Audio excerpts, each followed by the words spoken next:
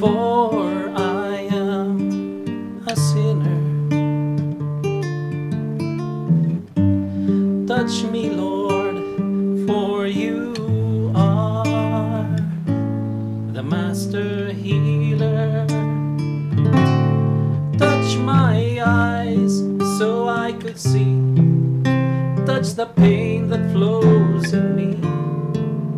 Touch my voice so I could praise thee eternally. Touch my heart, touch my life. Touch me, Lord, and I shall be healed. Touch my ears so I could hear. Touch my hands so I could give. Touch my feet so I could walk through Calvary. Touch my heart, touch my life.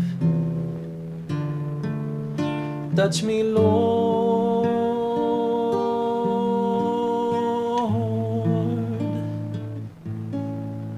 and I shall be healed.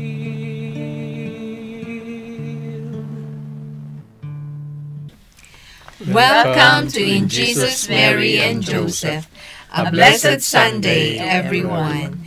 Good evening manan, gagayam kan kakabsat. Good evening, data ni Brother June, syempre, thank you for coming. At saka si Sister Fem. Sister Linda, syempre. Faithful yan.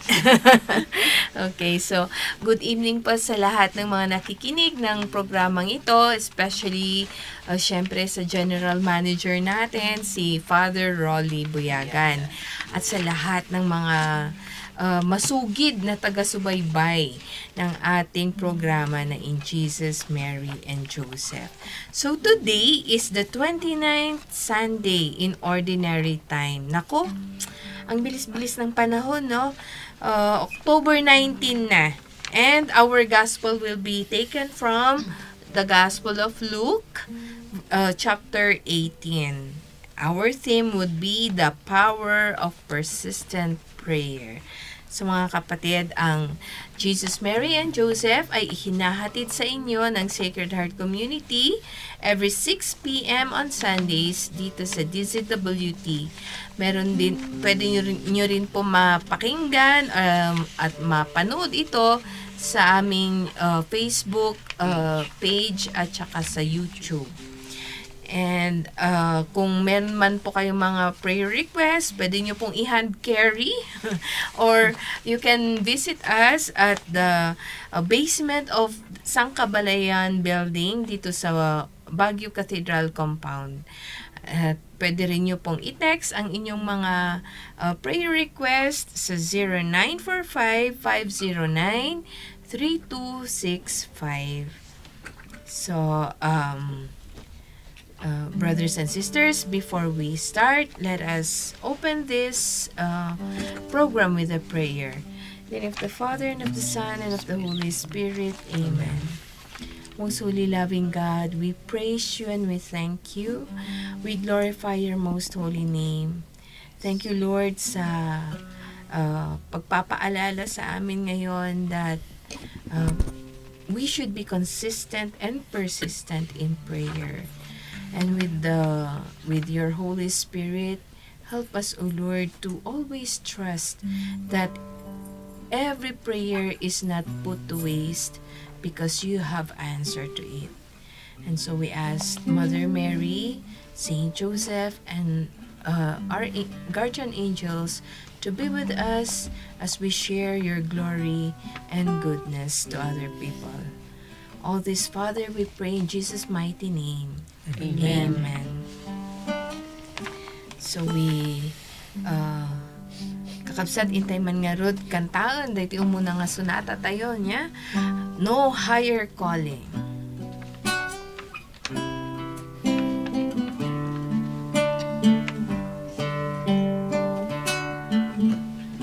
Down at your feet, oh Lord, is the most most high place. In your presence, Lord, I seek your face. I seek your face. Down at your feet, oh Lord, is the most high place. In your presence, Lord, we seek your face. We seek your face. There is no higher calling, no greater honor than to bow and kneel before your throne. I am amazed at your glory, embraced by your mercy. Oh Lord, I live to worship you. Down at your feet, oh Lord, is the most high place. In your presence, Lord, I seek your face. I seek your face. Down at your feet, oh Lord, is the most high place. In your presence, Lord, we seek your face. We seek your face. There is no higher calling, no greater honor than to bow and kneel before your throne. I am amazed at your glory, embraced by your mercy. Oh Lord, I live to worship you. There is no higher calling, no greater honor than to bow and kneel before your throne. I'm amazed at your glory, embraced by your mercy. Oh Lord, I live to worship you. Oh Lord, I live to worship you. Oh Lord, I live to worship you. And for this, let us give the Lord words of praise. We praise you, we adore you, we glorify you, O God. Yes, Lord. Bless your most holy name. Thank you. We glorify you, O God. Pagkapag kami i-praise you, Lord. Pagkitan mo kami ginakan. Yes, Lord. Yes, Lord. Everything, Lord, we trust you.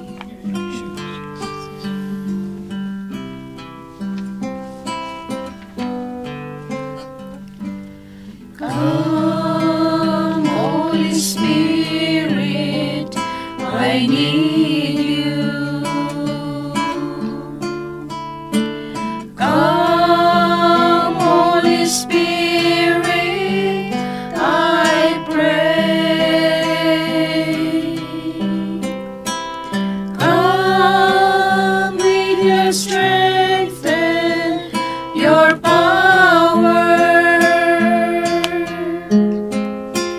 Come in your own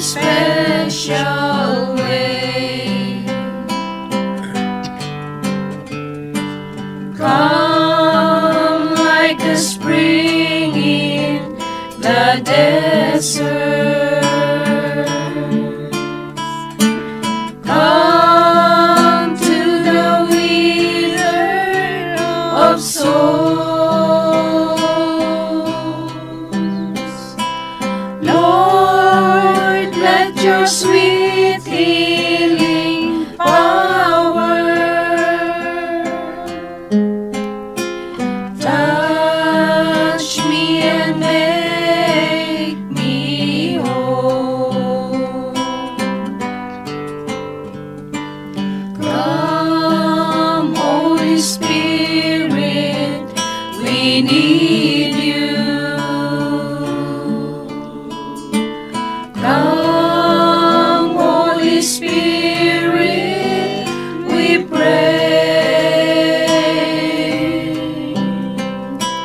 Come with your strength and your power. Come in your own special way.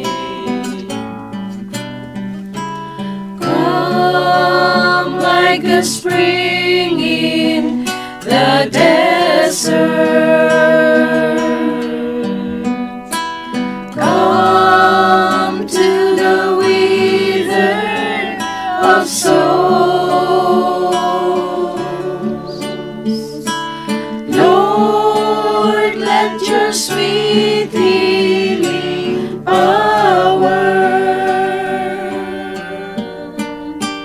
touch us and make us whole.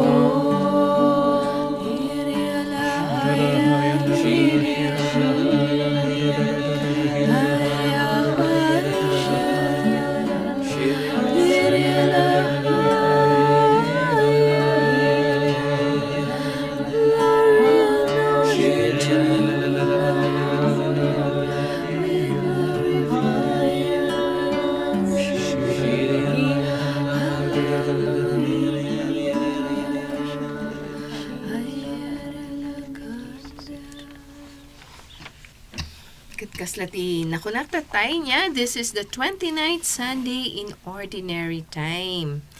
Kat intay man nga rod, denggan iti gospel tayo in English. Dahito gospel tayo apo kat maadaw iti gospel ni St. Luke chapter 18 verses 1 to 8. Brother June, iti English man please. A proclamation from the Holy Gospel according to St. Luke. Jesus told his disciples a parable about the necessity for them to pray always without becoming weary. He said, "There was a judge in a certain town who neither feared God nor respected any human being. And a widow in that town used to come to him and say, 'Render a just decision for me against my adversary.' For a long time, the judge was unwilling, but eventually he thought, 'While it is true that I neither fear God nor respect any human being, because this widow keeps bothering me, I shall deliver a just decision for her lest she finally come and strike me.' The Lord said, 'Pay attention to what the dishonest judge says. Will not God then secure the rights of his chosen ones, who call out to him day and night? Will he be slow to answer them? I tell you, he will see to it that justice is done for them speedily. But when the Son of Man comes, will he find faith on earth?' The Gospel of the Lord. Praise to you, Lord Jesus Christ. Thank you, Brother June. Sister Linda, sa Pilipino naman. Ang mabuting balita ng Panginoon ayon kay San Lucas. Isinalaysay ni Jesus ang isang talinghaga upang ituro sa kanila na dapat silang laging manalangin at huwag mawalan ng pag-asa. Sinabi niya sa isang lungsod ay may isang hukom na walang takot sa Diyos at walang iginagalang na tao. Sa lungsod din iyon, may isang buyuda na lagi siyang pumupunta sa hukom at sinasabi, "Bigyan po ninyo ako ng katarungan sa aking usapin." Tinanggihan siya ng hukom sa loob ng mahabang panahon. Ngunit nang magtagal ay sinabi ng hukom sa sarili, "Kahit ako'y walang takot sa Diyos at walang iginagalang na tao, ibibigay ko na ang katarungang hinihingi ng biyudang ito, sapagkat lagi niya akong ginagambala at baka mainis pa ako sa kapapuntan niya rito. At ang patuloy ang Panginoon, pakinggan ninyo ang sabi ng masamang hukom na iyon. Ngayon, ipagkakait kaya ng Diyos ang katarungan na kanyang mga hinirang na dumaraing sa kanya araw-gabi? Sila kaya'y paghihintayin niya ng matagal? Sinasabi ko sa inyo, agad niyang ibibigay sa kanila ang katarungan. Ngunit sa pagbabalik ng anak ng tao, may daratnan pa kaya siyang mga taong may pananampalataya. Ang mabuting balita ng ating Panginoon. Pinupuri ka namin, Panginoong Panginoong Hesus Hesus Kristo. Kristo. Thank you, Sister Linda. Sister Fem, iti Ilocano Mamat, please. To'y sumaganad na adaw tinasantuan nga ebanghelyo kas insurat ni San Lucas. Sinarita ni Jesus kadakwada daytoy a pangarig tapno isuro na ida a masapol nga agkararagda a kanayon ken di da pukawen tinamnamada. Kinuna ni Jesus, adda idi maysa a huwes iti maysa nga ili. Saan nga aguteng iti Dios ket awan raraeman na a tao. Addamat maysa a balo a babae iti daytamet laeng nga ili. Masansan amapan iti huwes akong kunana. Tulungan na kadi amang tunton iti kalintegak iti kabusur ko. Nabayag adiin kaskaso ti huwes ngem kamaudyanan na kinuna iti bagina. Nupay no jak agboteng iti Dios ken awan raemek a tao ngem gapo ta mauma akon asingsing daytoy abalo ited kumanlaengen ti dawdawaten na.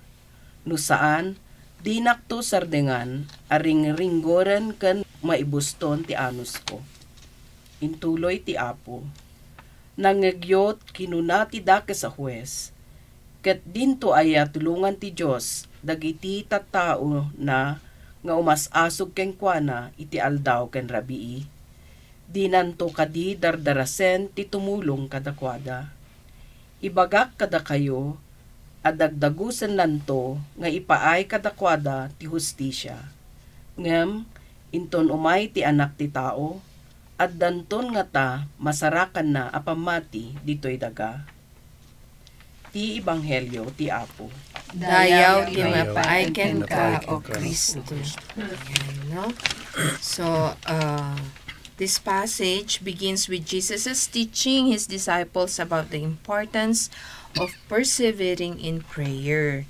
In the parable, Jesus uses a widow's persistence as a comparison for how believers should approach God in prayer. The widow's repeated requests for justice are granted by an unjust judge who gives in, not because he is kind or cares about her, but simply because he's tired of her bothering him. Jesus then asks, will not God bring about justice for his chosen ones who cry out to him day and night? The central message is clear. Persistent prayer is powerful, and God will answer prayer. It also teaches us that God is not like the unjust judge. He is loving, compassionate, and always concerned about his people. This parable challenges us to think about our relationship with God, the way we pray, and how we trust in His perfect timing. Ayan. So, mga kapatid, ito po yung reflection question natin. Can we reflect or ano naman ang maisasagot natin dito? What do you think it means to be persistent in prayer? Ladies first. Sika. Ladies first. Being persistent in prayer means no matter what, we always cling to God, because in being persistent, we develop a deeper relationship with Him. But then, talking through experience, it's not always that we be persistent. But then there are times also na kasi ang gusto natin is pag nagdasal tayo, parang sasagutin kaagad tayo. No. Because I have this problem for long time already. I've been praying for years. Parang hindi ako dinidinig ng Diyos. So there was a time nga parang Umapos ka. oo, parang ganon. Kamot Lord. Anya nga ta Lord. Kung nga dengdeng ganak ba? Ada ka ba? Parang ganyan. Ama aminag nga naging weak at that time. But then because of His love and His mercy and thanking Him also because He gave the sacrament of confession. So when I confessed na ganun nga na parang apay ngay Father nga I've been praying for that pero anak nga dengdenggan ni Lord ko na tapos jay parang napaliwanagan na through His advice nga no adati kasta nga kuha ko na nga sitwasyon kasi problems do come in our life and this time kunana dayta nga rin time nga dapat lalo tayong umasidag kinyana. Hantayo nga umadayo. Kasi hana tayo nga ikan, iti problema, nga hantayo nga makaya. Pero, kunana, sigurado talaga nga agtaltalag kalata kanyana. Yes. So, maaramid mo dayta through persistent prayer. So, from that time na parang I felt so guilty for the time nga parang napanghinaan ako. I've been, talaga nga, nabayag ko nga kinuha data. Isang sakit ko nga, sorry Lord ko na. Pero, yun nga, after that, after confession, parang nakakuakmanan, na-enlighten, and I was again directed to His path. I was shown na He really loves me. Amen. Tapos parang, pakita kinyak ni Lord nga parang inpakwan na kinyak nga even though you've been praying that for that problem for how many years if it's not my will parang ganyan. So yun na paliwanagan din ako na talagang dapat we should be conformed to the will of the Lord kasi amuna no anya talaga ti para kanya tayo. So aging nga natata agaluan akpay lata pimig samanan iti kwak nga faith ko kanya na kantalag ko. Yan. Kuna na nga ro din niya, faith is not just about believing that God can answer, but trusting that He will answer. Yes. Even when it seems like nothing is happening. Prayer is an expression of that trust. That I Persistence realized. in prayer shows that we believe God can only and will act on our behalf. Yung bagam amin di giant, Sister Fem. Sikawat nga, Sister Linda. Hindi, sa akin naman kasi, di ba, yung isang byuda din pa nanguhulit siya sa hukom. Sa personal na pamumuhay natin, sa pagdarasal din natin, nagiging makulit din tayo kay Lord na, Lord, sagutin mo na to, panalangin ko. Pero yun nga, pag hindi niya pa will, kasi nga tao tayo, parang hindi tayo makapaghintay. Hindi, parang, ang tagal-tagal na Lord. Instant answer. Oo, parang gusto natin laging instant. Pero may plano si Lord Pero bilang tao, ang kailangan natin is yung patatagin yung ating pananampalataya na kahit anong dumating na problema o suliranin na, huwag tayo magsasawang manalangin. Dahil sa pananalangin, doon ipinakikita yung pagiging natin sa Kanya. Yung connection. Kasi pag nawalan tayo ng connection sa Kanya, mas lalo tayong hindi makakapag-serve or hindi makakapag-concentrate ng panalangin sa Kanya Pag yung bang tipong dumarating yung time na minsan tamad ka naman na lang magdasal. Lalo na pagka alam mong maraming problema dumarating sa buhay natin. Pero pansinin natin, once na hindi tayo nagiging paladasal, mas lalong bumibigat ang problema. Pero pag tayo ay nananalangin, nagbibigay tayo ng time kay Lord ng time na makipag-usap sa Kanya. Example, sa adoration, nakaupo ka lang doon, wala ka nasa isip, nakatingin ka lang sa Kanya. Pero, kasi ako sa sarili ko, dumarating na parang, may nangyayari ba, Lord, sa pagpunta ko dito? Nagtatanong ako minsan na ganon. Di ba nakaupo akong ganyan? Pero, nagtataka ka rin naman, parang hindi nasasagot yung dasal mo, pero patuloy kang punta ng punta. Stay ka ng stay, no? Patuloy kang simba ng simba. Bakit? Kasi ang banal na espiritu, pinalalakas niya tayo eh. Binibigyan niya tayo ng strength. Hindi man sinasagot yung dasal natin. Alam mo yun, nakikita ng ibang tao na akala nila easy lang ang buhay mo. At tingin nila sa'yo, wala kang problema. Happy-go-lucky ka, ganon. Uy, buti ka pa, ganito, Dora. Ganon. Oo, Dora, saan napupunta. Pero deep inside, hindi nila alam, merong campaign sa heart mo, sa puso mo. Lalo na kung sa parte ng pamilya, hindi kayo magkaintindihan. Pero dahil nga persistent prayer ka para sa pamilya mo, sa anak mo, sa asawa mo, alam mo yun, magaang mong nadadala. Amen. Magaang mong nadadala. Kahit na anumang sitwasyon yan, magugulat ka rin eh. Bakit ako tumitibay? Dahil sa pananalangin natin na akala natin walang ginagawang maganda si Lord, pero hindi natin alam, sa paningin ng mga tao, alam nila, blessed na blessed ka. Hindi man financially, yung spiritual mo malusog. Alam mo yun? Kasi minsan ako nagtataka rin eh. Kagaya niyan, di ba? Si Dora nga, biyahe gabi, uwi na kinabukasan, biyahe uli, uwi kinabukasan. Alam mo naman, nagtataka, sabi niya, saan ka kumukuha ng lakas mo? Hindi ko nga rin alam eh. Basta sa bus na lang ako natutulog. Babiyahe ako, tutulog ako. Tapos kinabukasan, pupunta ka na naman sa ganitong lugar.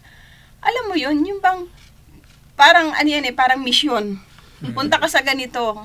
Kahit napapagod ka na, dahil mission mo yun, meron kang gagampanan doon sa tao na yun, papadala ka ni Lord, hindi ka makatanggi. Alam mo yun? Kasi pag nakausap mo yung tao na yun, na kaya ka pala pinapunta ron eh. Ikaw pala yung magiging silbing ilaw niya. Baka mamaya, naghahanap siya ng kausap. No? Kasi ako rin minsan sa sarili ko, bakit ba ako nagpunta rito? Problema lang naman ang dala-dala nito. Makikinig ka ng problema niya. Pero hindi mo alam, ikaw pala yung nagiging instrumento ni Lord sa kanya. Amen. Nagiging magaang yung buhay niya dahil sa'yo, sa pakikipag-usap niya. Kaya mga kapatid, napakalaking bagay po na huwag tayong magsasawang manalangin, no? Kasi hindi natin alam, sa bawat panalangin natin, hindi man natin pinagdadasal yung tao na yun, pero once na nakausap mo yan through the power of the Holy Spirit, nagbibigay siya ng enlightenment sa atin para ma-share din natin kung anong himala ang ibinibigay ng Diyos sa buhay natin. Kasi sabi nga, hindi ka makakapagturo kung hindi mo naranasan. Kailangan maranasan din natin para masabi rin natin sa kapwa natin or sa pamilya natin. Pero sa totoo lang po, pagka pamilya ng pinag-uusapan hindi sila nakikinig sa'yo. Mas nakikinig sila sa iba, di ba? Ganon din tayo. Nakakapagbigay tayo ng payo sa ibang tao. Pero pag sa pamilya na natin, parang, iba naman tong kinakausap ko. Hindi naman nata ako. Hindi siya interesado, no? Pero at least, pa rin, di ba? Alam mo naman na ang role mo na lang sa pamilya mo, magdasal. Ipagdasal ko na lang siya. Ipagdasal. Kasi talagang, sabi nga si Jesus nga mismo, sabi niya, you are, no prophet is accepted in his own town. Yeah? So, yun. Oo, lagi naman tatandaan natin na kapag tayo nagdasal, meron at merong sagot si Lord. Kaya lang, kung minsan, hindi laging oo. Kung minsan, ang sagot niya, sandali lang, you wait. Kasi baka meron pang Mas matagal nga yung wait eh. Oo. Baka naman meron pa siyang gustong palabasin na virtue sa'yo. Gaya ng patience or gusto pa niyang makita mo or meron ka pang mission para ma-attain yon. Parang ganon. Hindi yung kasi pag binigay na niya, ay baka makalimutan mo na. Hindi, parang ano lang yan eh, gold. Mas the more na isinasalang tayo, kumikinang ka. Diba? You are being purified. Purifying na ano yun. Kasi nararamdaman mo rin naman yun eh, sa sarili natin. At saka kung minsan, ang sagot kasi ni Lord, no. Hindi. Kasi baka hindi nga naman yan ang para sa'yo. Hindi baka naman makakabuti sa'yo. Oo. Hindi yan yung best para sa'yo. Kasi the Lord knows best. Kahit sinong magulang, alam niya kung ano ang best para sa kanyang mga anak. Kagaya nito, yung kwan nga sabi, itong just judge, di ba? Pinagbigyan na lang niya kasi naiinis na lang siya. Oo, pero hindi ganun si Lord, no? Hindi tayo pagbibigyan dahil na ano siya sa atin. Pero dahil mahal niya tayo, pinag-iisipan muna niya kung ano yung talagang best para sa atin. Ano? Ikaw, Brother June, may ma-share ka din. Kala ko baka naubos na. But anyway, ang point kasi dito is sa gospel ngayon, it emphasizes yung the compassion and mercy of God. Kagaya nung nabanggit nga dito, will not God secure the right of His chosen one who call out to Him day and night? Yung persistent natin sa pagdadasal, kung minsan, doon yung kagaya sinabi mo is dito na de-develop yung mga virtues natin na wala sa atin. Nagkakaroon tayo ng virtues na hindi natin prina-practice. Doon marami tayong virtues pero kung minsan hindi natin prina-practice. At yung nga, isang kagaya na nabanggit ni Sister Linda kanina na yung sa adoration, sometimes nakaupo ka lang, kung kumbaga is nagtatanong ka kung kailan. But sometimes para sa akin kasi kung minsan pag nag-a-adore ako, hindi ganun yung nasa isip ko. Ang nasa isip ko is pumunta ako sa adoration to sit down and pray and wait or tanggapin kung ano yung grasyang nakalaan sa akin at that day. Kasi hindi natin alam. We pray persistently, pero hindi natin alam kung kailan ibibigay ng Panginoon. So, everyday or yung schedule mo na mag-adore or pag nagpumunta ka dito sa town na namasyal tapos dumaan ka sa pagsimba, nag-adore ka, baka nandun yung hinihintay mo na. Baka nandun na yung answer na yon. Kaya kung minsan hindi natin napapansin, akala natin di tayo handa tayo ngayon nga dangdang ni Apo. Tagayam kat adagayam gamugayaman. For example, kayat mo nga agbago di anak mo, for example. Agwalwalom di anak mo. But then, hammo gayam nga ammo, on their part, nagpray-pray da gaya. Kung minsan, judgmental din tayo eh. Yung expectation the expectation tayo naman minsan kinyada, siyempre, no, ibagam, hintay na pa ang tagsimba, ng madida, ng krigat na nga tawagan. Ng unknowingly, on their part gayam, mas kikit na ngayon nga, on their own. Lang, independent. Yes. Kaya, pag i-compare kasi natin ito, dalawa yung pino-point out dito eh. God who is compassion and mercy, at the same time, pinapakita rin niya sa atin, o ipagpakita na kanya tayo, do the same thing. Do the same thing. na kung minsan very judgmental tayo or kung minsan merong humihingi sa atin na for example, kaya lang hindi rin natin na ibibigay yun. Siguro baka yun ang kulang sa atin para ma-answer din ng Panginoon ang ating dasal. Yun lang para sa akin. I would like to add the persistent prayer niya. I would like to go back to the Lord's Prayer. This is the prayer that Jesus had taught us. Anong sabi doon? Our Father who art in heaven, hallowed be thy name. Thy kingdom come, thy will be done on earth as it is in heaven. Give us today our daily bread. So, may mga conditions, di ba? So, we remember that our God is the source of all goodness. Amen. So, amuna no niya titid na king ka. And maybe He is just asking each one of us, to grow, as you have said, virtues. For example, grow tayo iti kinapasensya, fortitude, for long suffering, di ba? Let's remember that we are following Jesus on the cross.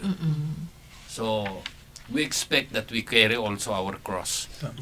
And when we pray, don't expect that we have to manipulate and change the heart of God immediately, It's more on when we pray that God will change us, change our hearts, our perspective, everything.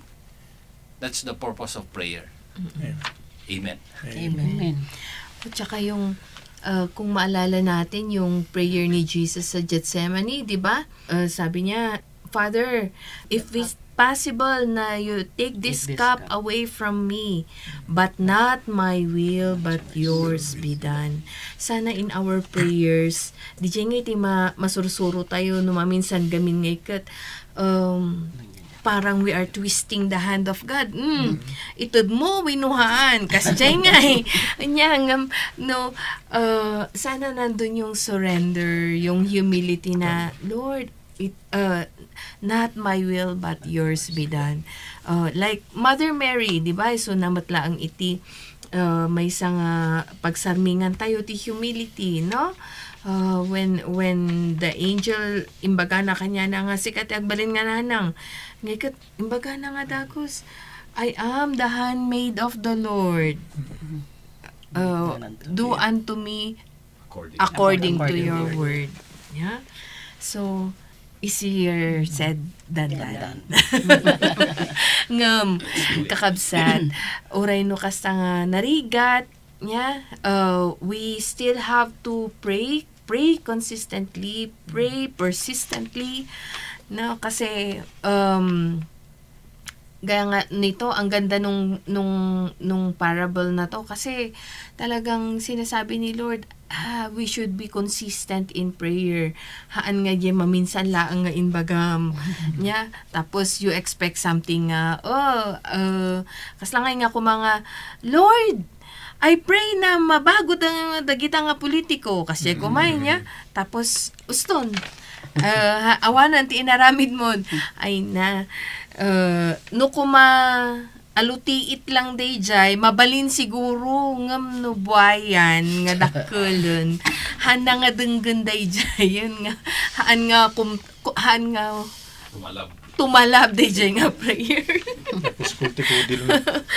So nga masapol ti consistency in prayer and syempre yung kagaya ng woman na itong widow na to, that we should always pray. At siguro syempre itong widow na to, ang meron din sa kanya is trust.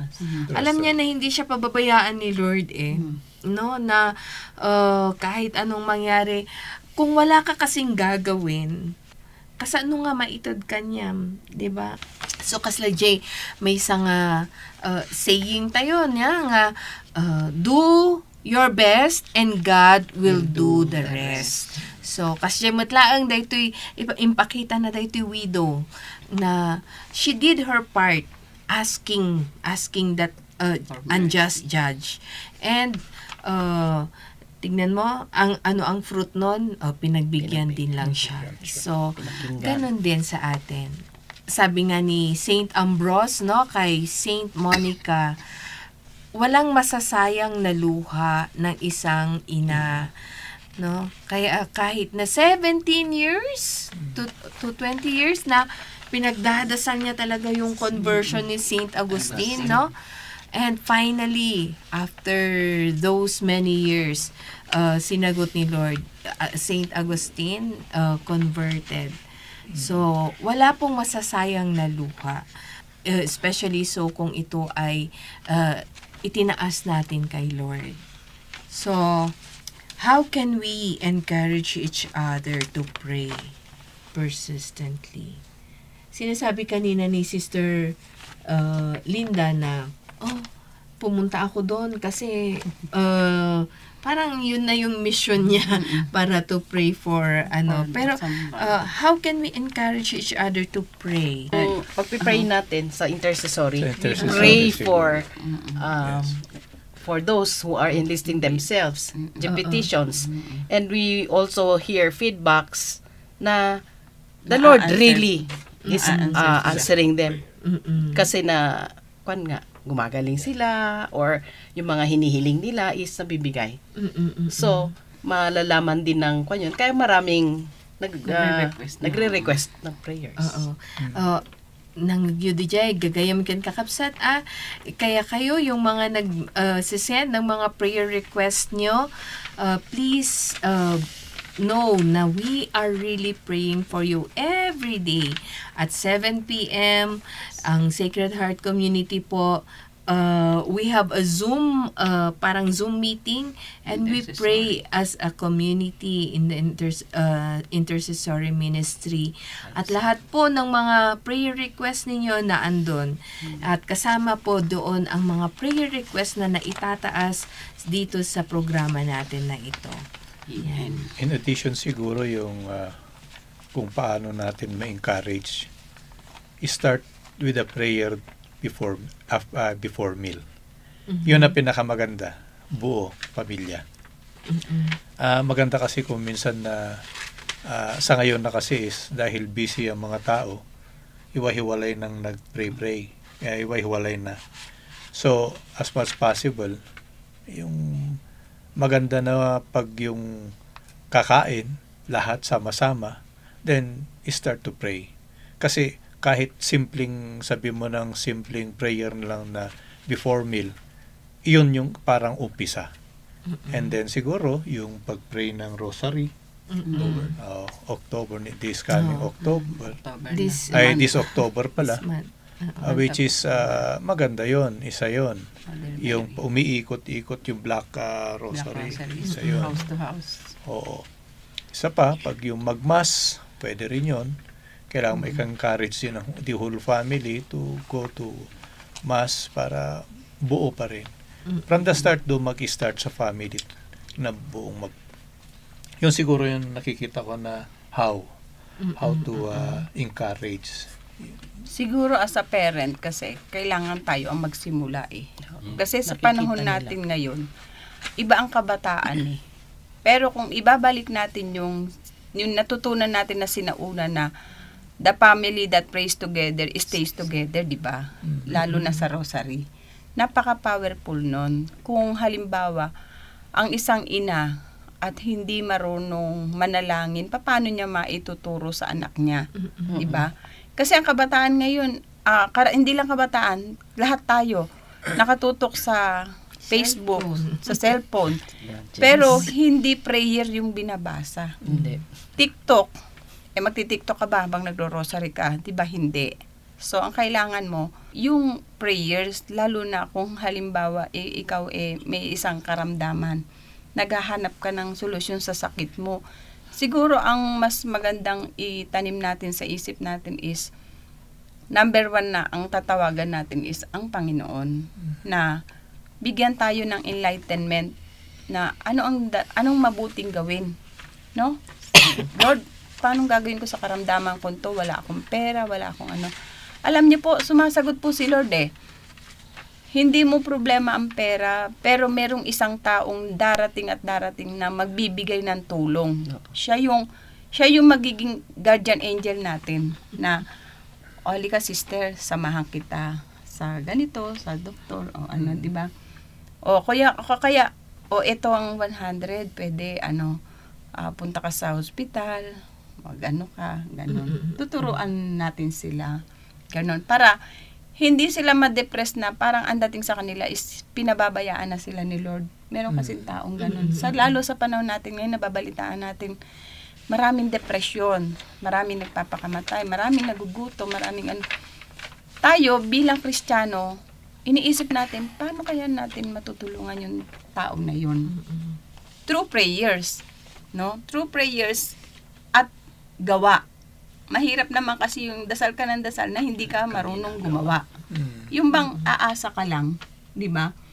So, kailangan, ikaw din mismo sa pamamagitan ng pagdarasal, ipinapanalangin ka ng kapwa mo, ikaw naman na may katawan, matuto ka rin naman kumilos.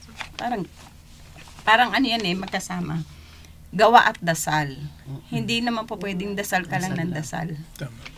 Yun lang gusto ko ba i-share. Parang walk the talk, no? Pwede rin kagaya nung yung nakaraang Life in the Spirit seminar natin noong September 28 saka 27. Parang 27, one way of one way of encouraging to yung persistent kasi nga we open to them to believe yung si Holy Spirit and yung true God na yun.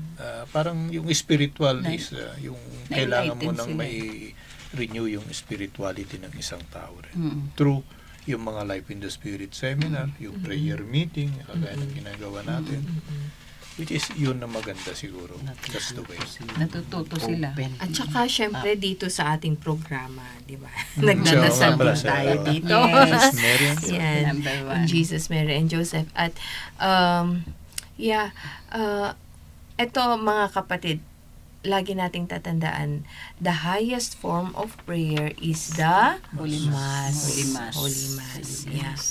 Kaya, when we go to Mass, yun yung hindi dapat talaga nating kinakalimutan. Kasi, in the Mass, that is the prayer of Jesus to the Father with the Holy Spirit. No? Kaya, kung minsan,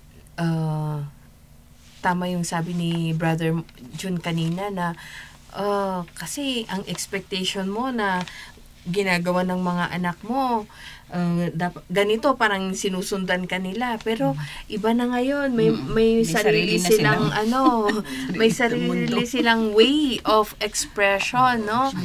So at tama nga, if we pag tinuro mo na sa mga anak mo, alam mo na gagawin nila kahit wala ka dyan. Kasi yung sinasabi mo, Brother June, na even a simple prayer before meals, no?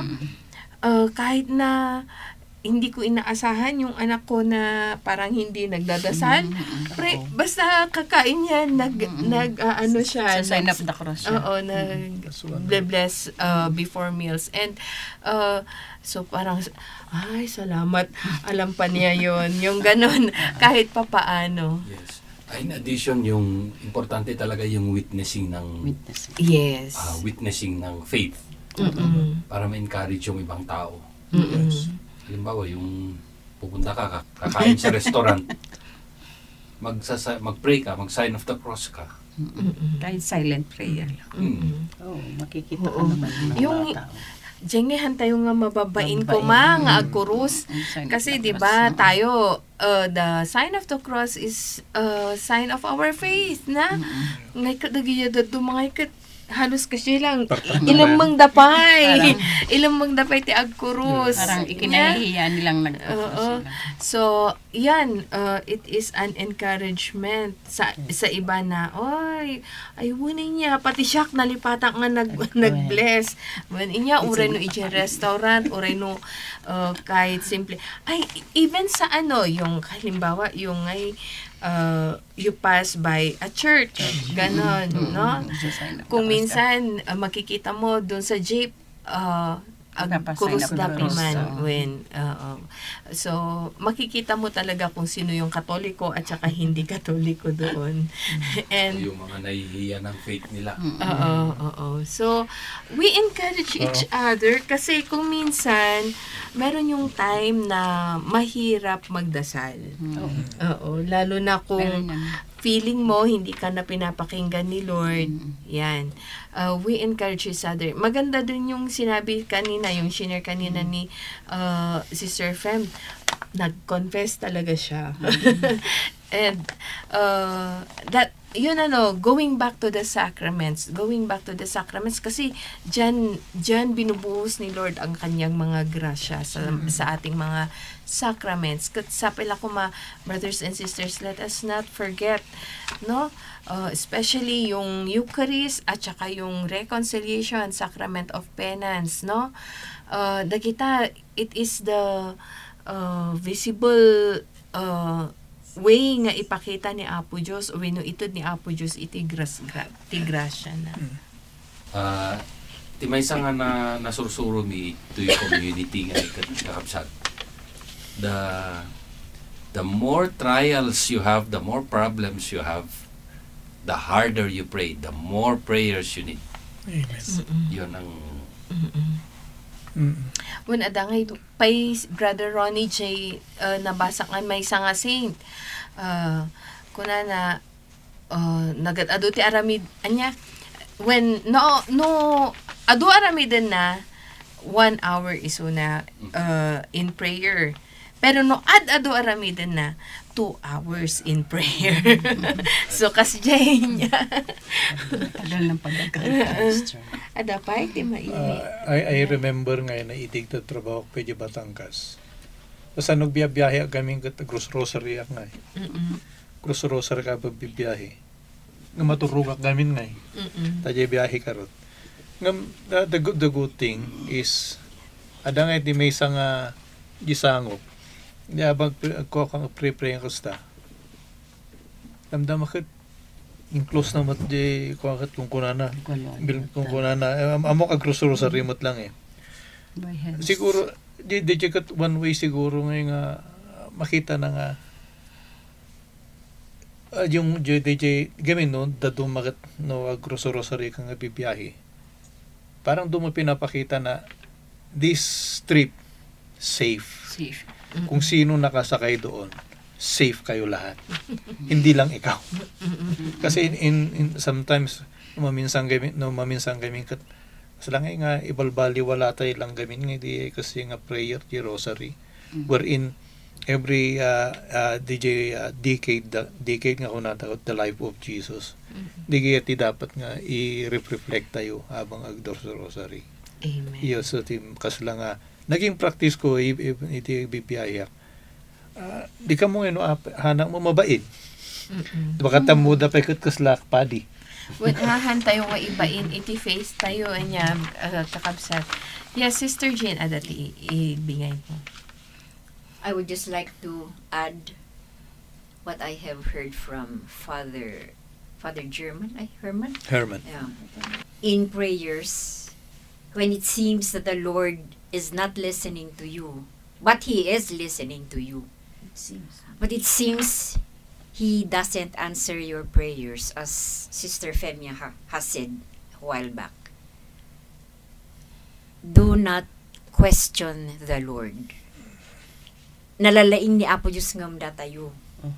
Isang manuhan na no kaslang apay ngay Lord nga hamot ng masungsung-batan. No, we should not say, why Lord? No. Let us not question the Lord because the Lord is better than you. Amo na ti masapol mo. Amo tayo ti masapol tayo mas amo na. So the Lord maybe will answer your prayers in His own perfect time. As nung siyempre tatao tayo lang ada ka di question ngayon may nga pingata ako mga wawan iti ko kasla nga as lang nga kas jeng haan kumakano Haan nga Yes. talaga hatay ma-questionaran niya Apo Diyos tanalalaing. Thank you. Okay, thank you. Sige, tataman nga rod, intay man nga rod, gagayam ket kakabsat niya. Kurang pa iti oras tayo, pero let us now come together to pray for healing. Isumot dahito iti may isang parte ti programa tayo kat we thank God for this time. Sister Linda, please lead us into prayer. Sa pangalan ng Diyos Ama, Diyos Anak, Diyos Espiritu Santo, maraming pong salamat sa pagkakataon na ipinagkaloob mo sa amin sa gabing ito.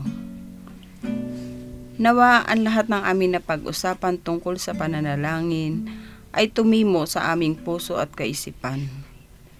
Lord, dinadalangin ko sa iyo ang mga tao na nawawalan ng pag-asa.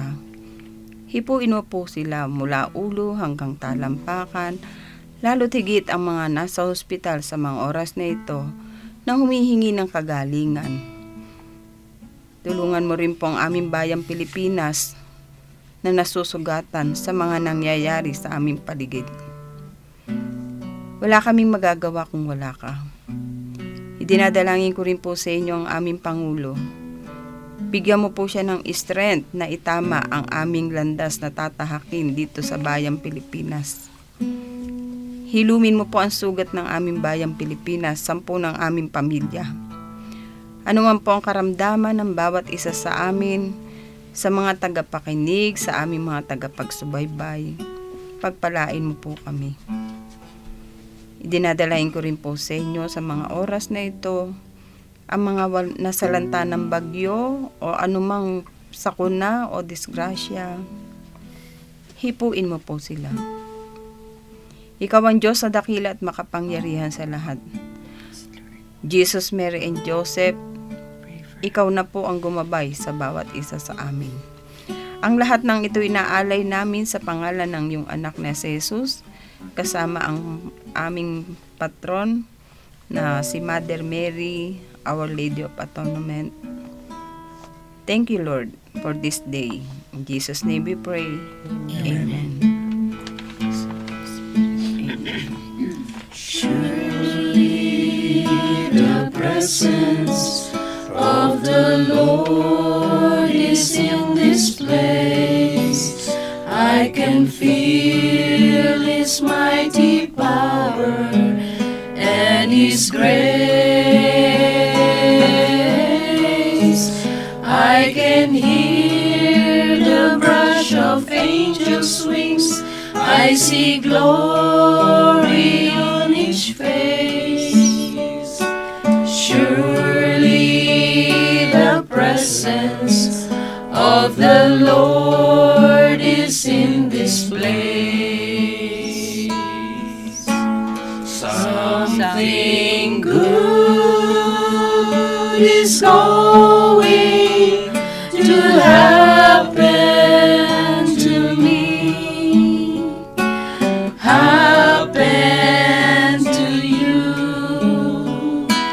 This very day, something good is going to happen to you. Jesus of Nazareth is passing your way.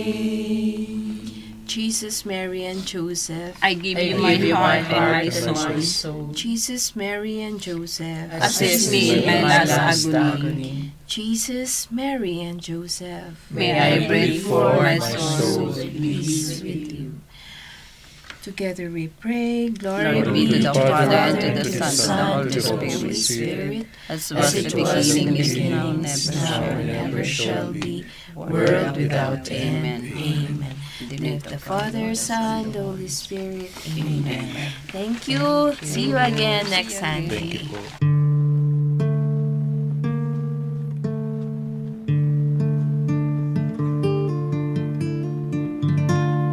Touch me, Lord, for I am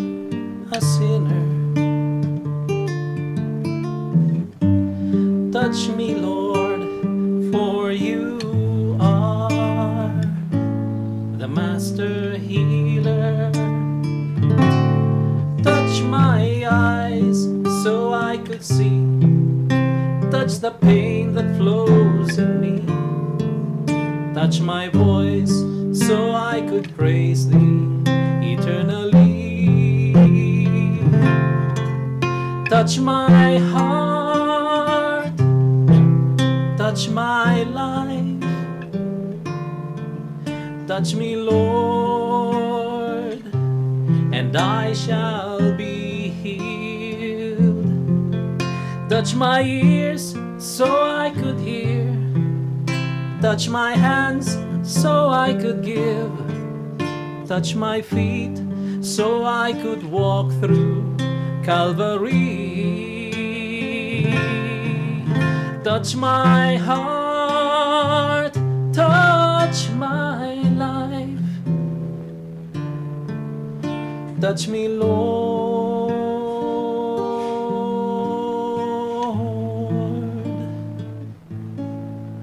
and I shall be healed.